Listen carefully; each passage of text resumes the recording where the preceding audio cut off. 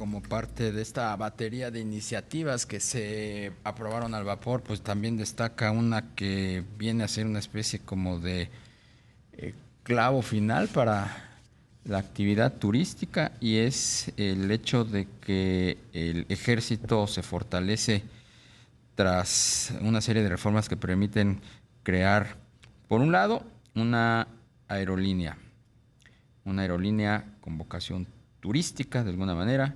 Por el otro lado, blinda el control del Tren Maya, que también tiene vocación turística.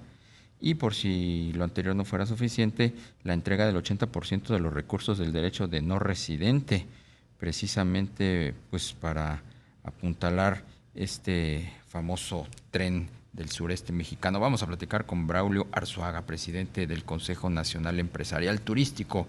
¿Cómo estás, Braulio? Muy buenas tardes. Hola, Darío, buenas tardes. Muchas gracias por la invitación. También te saluda Rogelio Varela. Hola, Saludos, Rogelio. Braulio.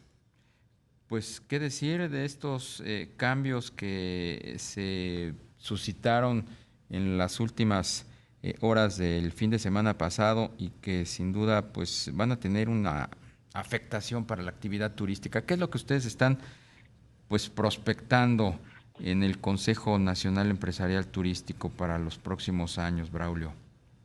Sí, ya lo decías, Darío, este viernes es fatídico, este viernes negro, ¿no? Porque no solamente se aprueban iniciativas que van, digamos, frontalmente a atacar el turismo, sino también otras, ¿no? Pero déjame primero, antes de empezar en esta plática, nada más déjame recordar, porque creo que es bien importante, pues que vemos cuál es la dimensión del turismo en México, ¿no? Al final de cuentas, representa casi el 9% del PIB nacional y en esta industria se emplea pues 4.3 millones de personas, de mexicanos, ¿no?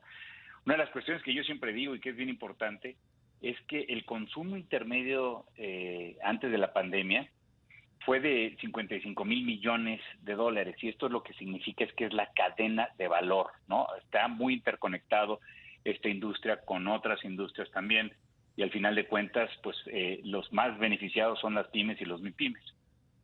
Y por último, nada más yo te contaría, ¿no? El turismo, el saldo de la balanza turística es de 21,000 millones, es superavitario y por muchos años, cuando el comercial es de menos 26,000 millones y también la petrolera es de menos 35,000 millones. ¿Por qué lo comento todo esto? Porque pues al final de cuentas el turismo también tiene una dimensión social que es bien, bien importante, ¿no? Al final de cuentas nosotros somos el primer empleador de jóvenes, el segundo de mujeres, somos, o los estados con más alto perfil turístico son los que menor pobreza o marginación llegan a tener. Y también pues lo que hemos dicho que parece pues que no importa, pero es un tema bien importante, es que es un factor de integración familiar. Ahora, si entramos ya a esto, primero también me gustaría hacer preámbulo con pues un recuento, ¿no? De todo lo que ha pasado en estos últimos 5 años, ¿no? Primero fue la desaparición del Naim, ¿no? Como un hub importante no solamente para mover a personas, pero también mover bienes. La desaparición del CPTM, que se usaba para la promoción, para el fortalecimiento de la marca México, para las relaciones públicas y para los diferentes manejos de crisis que se requieren en un país como el nuestro. El más reciente, el amague, entre comillas, del cabotaje o la degradación de la categoría 2, que ya llevamos 24 meses o por cumplir 24 meses. La aerolínea estatal, que tú ya decías que ahora ya se aprueba, y también yo diría que como una competencia desleal de quienes manejan los aeropuertos, también manejar la aviación.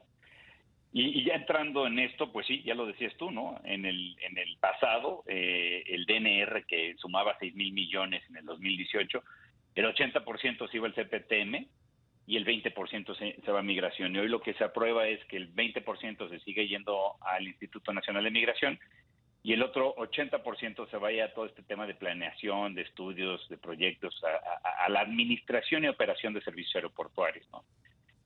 Servicios ferroviarios, turísticos, culturales. De alguna forma, Darío ya estaba, ¿no? Porque al final de cuentas no se había aprobado en ninguna ley, pero ya de tiempo atrás, pues estaba yendo al financiamiento del Tren Maya. Entonces ya es un tema que queda, digamos, en esta ley reglamentaria de servicio ferroviario. Y por otro lado también está el tema de que los militares puedan administrar los ferrocarriles, ¿no? Específicamente el Tren Maya, que se puedan construir, operar, explotar, digamos todo, ¿no? Pero o sea, todo lo que tiene que ver con temas ferroviarios y sin licitación. Y por último, ¿no? Un tema que también es complicado es esta ley orgánica del Ejército y de la Fuerza Aérea Mexicana y de ley de aeropuertos, en donde pues se modifican ciertos artículos y digamos que el espacio aéreo mexicano se le da con fines comerciales a la Fuerza Aérea Mexicana. Claro. Digamos de que es una mezcla de nuevas regulaciones que podrían afectar hacia adelante al sector turístico, Braulio, pero sin embargo en los últimos meses las cifras han sido muy buenas para esta industria. Sí, o sea, Rogelio, lo que yo te trataba de hacer es un recuento de todo lo que ha pasado pues en estos últimos años, ¿no? Sí. Pero es verdad, o sea, los ingresos por visitantes están de enero a febrero, que es lo que tenemos por el INEGI, están 34% por arriba. La misma llegada de turistas está con el 23%. Por vía aérea el 24%, y todavía los fronterizos que pues o sea, tiene una desviación todavía de 26%, pero bueno, al final de cuentas, hoy por hoy todo lo demás está positivo.